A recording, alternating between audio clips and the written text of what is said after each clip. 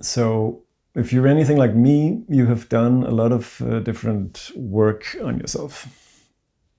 You have tried maybe all the modalities. You've released your anger in breathwork. You've felt your heart and your sadness and your heartache in cacao ceremonies. You've connected with God, with creation, and with plant medicine.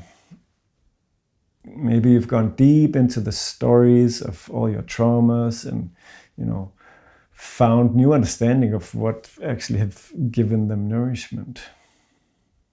Maybe you've learned mental skills to become more authentic, to step more into you.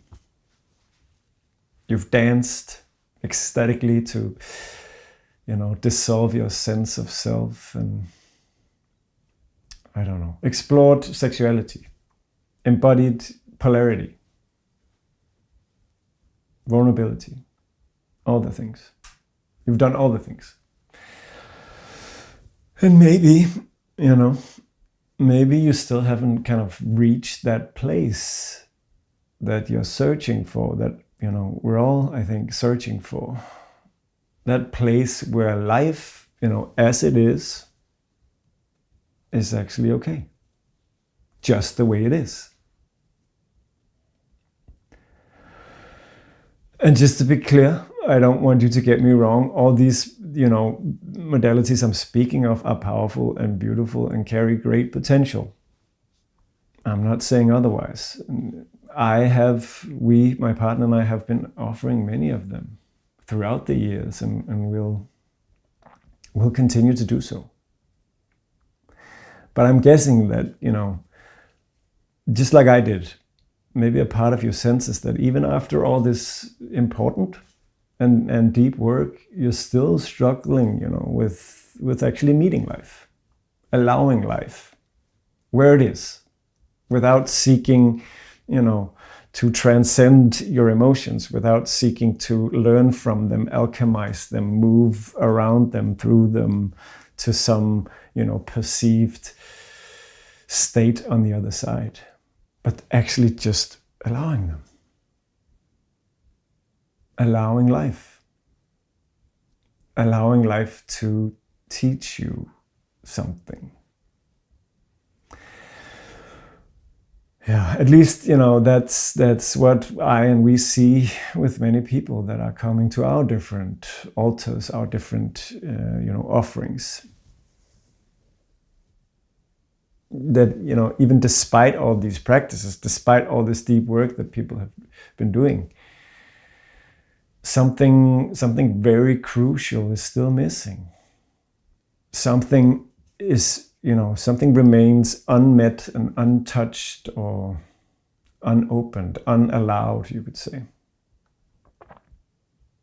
It's like many of us are still feeling this deep sense of separation. We're living in separation from life in many different ways. And maybe it comes in the form of the deep exhaustion that we experience a lot of out there right now. Or the tension in the body or in the breath. Maybe just a general sense of feeling all that weight that society is asking us to carry, which kind of is the very real burden of life as it is today. And to be really, really honest with you, for me, it's not something that breathwork or cacao or plant medicines or anything will fix if we don't learn to, how to be with life, how to allow life outside of these, very important peak experiences that we, might get from these modalities and experiences. And so even those that have done plenty of deep work on themselves are still, to some extent, living in separation from creation, living in separation from life itself. At least, this was the case for me for many years. And it makes perfect sense, because society has taught us to celebrate independence, like hyper independence, actually. Told us that the goal of life was to do everything on our own, to do it all ourselves, to be independent, to be whole and to heal and to be evolved and successful without needing anything from anyone. Without maybe actually even needing anything from our partners in life. It's this narrative, this story of progression, of eternal growth, of always growing, always healing, always optimizing. So we have now a society that's like deeply obsessed with growth. But to be honest, what I found is that this narrative, this story, this myth, it also lives very much inside of us. It's a myth that lives deep inside of our conditioning, the programming that we all carry up here, which is, part of the same collective mind that has been governing the world for many, many years. And much of the time, we don't even see that this programming is completely in charge of our lives. Completely. We don't see how our conditioning, how our, programming, how this conditioned mind is so obsessed with control and survival, and regulation is a big one in this time, and performance. We don't maybe even sense how this one doesn't trust the body. How it's like, in some way always suppressing our emotions. In a way, trying to manage and control life instead of just, meeting it where it actually is. And we don't notice it because we've learned so many skills and so many modalities to, grow from the emotion, that we rob ourselves of the gift that's always in there if we allow ourselves just to be with them. Just meeting life where it is. And I say just, but it's not easy. I know that. Because we have to trust that there's an important offering for each of us within everything that life brings us. But our mind doesn't understand that. It never will. And honestly, it can't.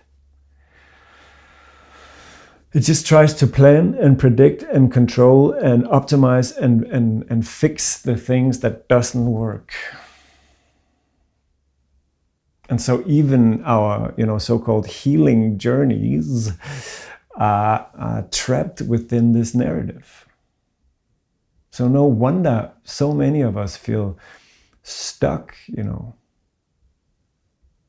carrying this invisible weight of the pressure to be trauma-free and to be spiritually evolved and forever optimized.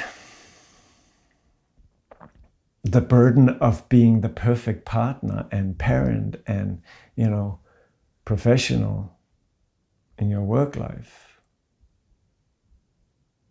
And the loneliness that many people experience of seeking purpose and meaning and love and all of it, all alone. And that belief that we all carry, that we must, manage life rather than allowing life to move us.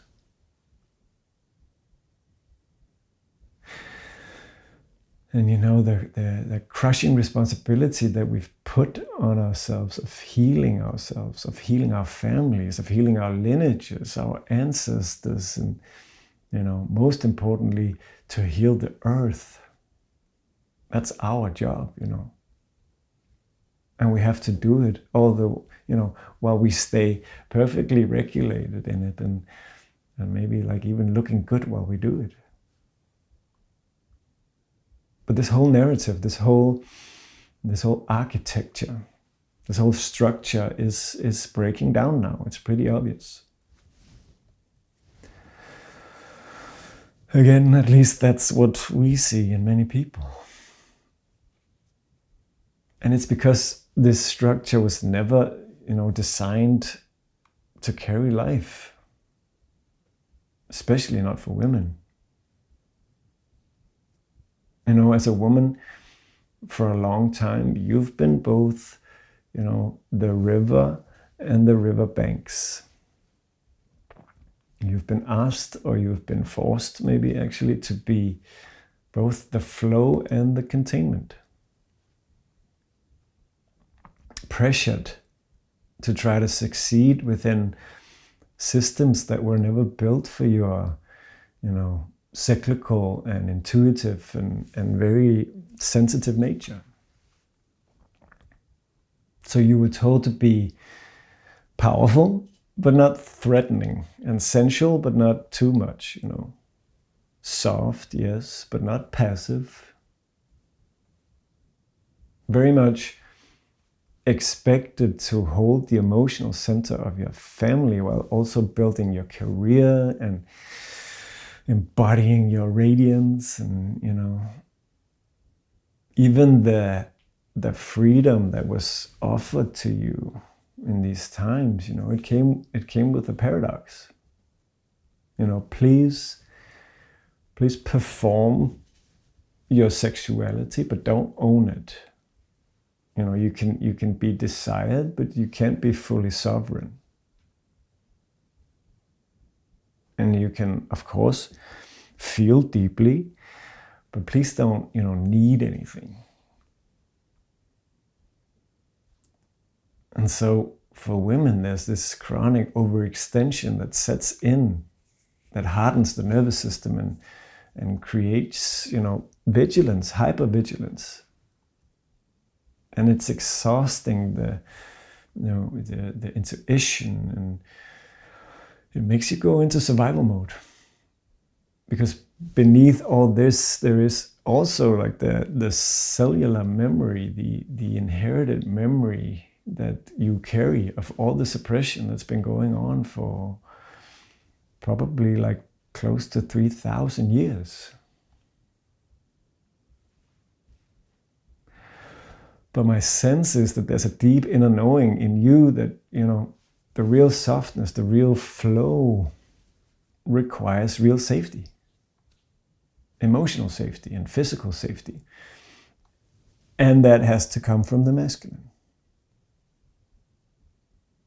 And so for you as a man, you've been emasculated in many ways. Actually, society has taken away the need for our original innate design, which is to be the protector and provider of safety and structure and focus and direction. So, you were taught to carry some, yes, but not to cry. You've been told that your power corrupts, so maybe you have collapsed it altogether. Or maybe you've started to force it instead, from the ego instead of integrity. And now you may be open emotionally, but you have no structure, no direction. You're sensitive, but you have no spine. You have no backbone. You're capable, but you are disconnected from your purpose. Maybe even ashamed of your strength. Ashamed or afraid of your impact in the world. So in many ways, just uncertain of your place in this world. And so this is the crisis of the masculine that we're in right now. And it's not separate from the crisis of the feminine that I spoke of in the beginning. It is its mirror. Because as I see it, the feminine doesn't always just experience men as individuals. She experiences it, more like a field. And when that whole field is, confused or collapsed or absent or controlling or dominant, her nervous system cannot soften. She simply can't. It's not that she doesn't want to, but she can't. And so this is why we men must learn to carry more weight again. Not through more dominance or fixing from the mind, but through presence, like true actual presence. Through the kind of presence that can't be shaken. Presence that is rooted in the body, in the original and an innate purpose we carry in our devotion and in our, real trustworthiness. And this is why I keep on saying that we must, build a backbone again, a true backbone. And so this is the current reality that we're all in. And again, I think that's why we all reach, for the next ceremony, the next breathwork, the next method to rewire and reparent and reframe and regulate and all the things. And it's why we are still numbing ourselves with food and, binge watching and new relationships and technology and workout and rituals and spirituality and you name it. We reach to optimize and to biohack and to reprogram and to keep on expanding and growing towards that kind of slippery fish, of the goal of where life, is just okay. But, underneath that movement, that's the same architecture that lives there. It remains, the mind is still trying to manage and control what it can't actually hold. It's still trying to avoid all the offerings that life actually has for us, if we would only allow them. And that's the thing. Most of us haven't. We haven't learned that deepest practice of all, which is how just to be. How to be truly available to life where it actually is, in the deep trust that all of it has purpose. So, being available, not to the version of life that we're trying to manifest from up here, not the one we're managing our way through or fixing or even spiritualizing, but just this moment right now. This moment right now, in all its chaos and confusion and grief and power and potential and joy and simplicity. So, again, we have forgotten how to be moved by life, how to trust it, how to make ourselves available, to be used by it. Because this is our truth. Underneath all of this conditioning we carry, there is a deeper current of something much more true. A voice that we once knew, that we could once hear, but that we have forgotten.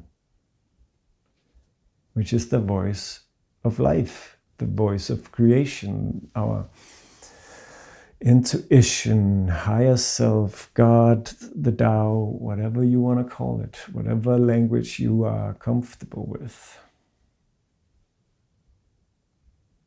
And Reunion, which is our 3-month online immersion, is an invitation and a guidance back to that voice. not by fixing all, the conditioned patterns, not by mastering new techniques, just by, learning to see the loops, to see the patterns of our programming that runs us, that runs our lives, and to see that nothing new is actually coming from these programs and from all the work that we're doing. Very little, at least. And to then, stop fighting life. And to begin to actually surrender this idea of growth and expansion and using our, independence and our free will to get life and manage it. And to slowly begin to surrender into something more powerful. Something with less resistance, which is the will of life, of creation. To, once again, actually open ourselves up to what does life want to create through me, through you.